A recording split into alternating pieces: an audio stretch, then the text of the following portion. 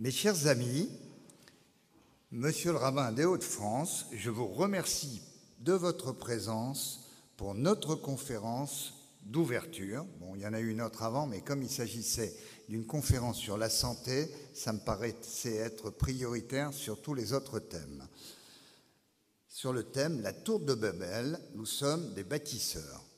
Un sujet fascinant et profondément pertinent qui nous invite à réfléchir sur notre rôle de bâtisseur dans le monde moderne. La tour de Babel est un épisode biblique rapporté dans le livre de la Genèse. Elle porte sur les enseignements qui résonnent encore aujourd'hui. Dans le récit, les hommes, parlant tous une seule langue, animés par un désir de grandeur et d'unité, ils décidèrent de construire une ville avec une tour si haute qu'elle atteindrait les cieux.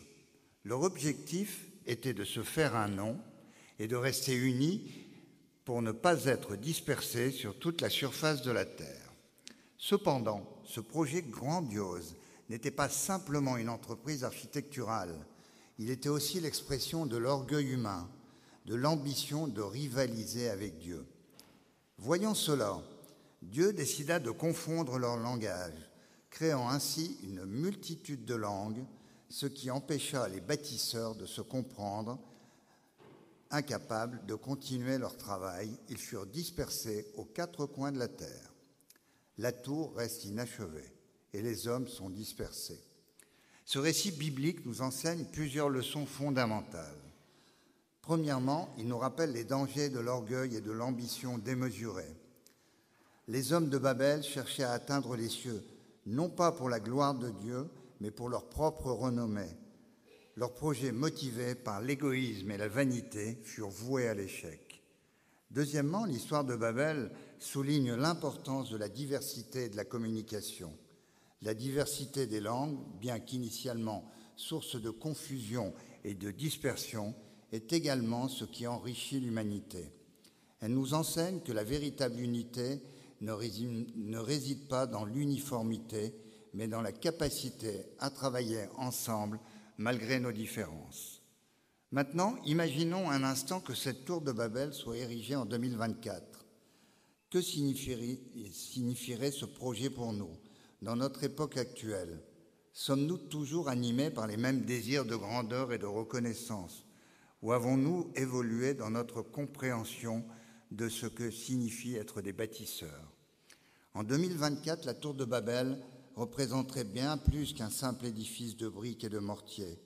Elle serait une métaphore des défis et des opportunités que nous rencontrons dans notre société globale et hyper connectée. Nous sommes aujourd'hui capables de réaliser des prouesses technologiques et architecturales inimaginables autrefois. Mais avec ces avancées viennent aussi des responsabilités immenses. Être des bâtisseurs en 2024 signifie plus que jamais travailler ensemble malgré nos différences, cultiver le dialogue et la compréhension mutuelle. À une époque où les barrières linguistiques sont réduites par la technologie, nous devons nous rappeler que la véritable communication va au-delà des mots. Elle nécessite une écoute attentive, une empathie profonde et une volonté de comprendre les perspectives diverses. Le projet d'une tour de Babel moderne pourrait symboliser notre capacité à relever les grands défis de notre temps, le changement climatique, les inégalités sociales, les conflits géopolitiques. Pour réussir, nous devons construire des ponts, pas seulement des tours, des ponts entre les cultures, les nations et les individus. La vraie construction commence dans nos cœurs et nos esprits. C'est là que nous posons les premières prières de la compréhension, de la tolérance et de la paix. En tant que bâtisseurs, nous devons nous engager à ériger des structures qui ne soient pas seulement physiques, mais aussi morales et spirituelles.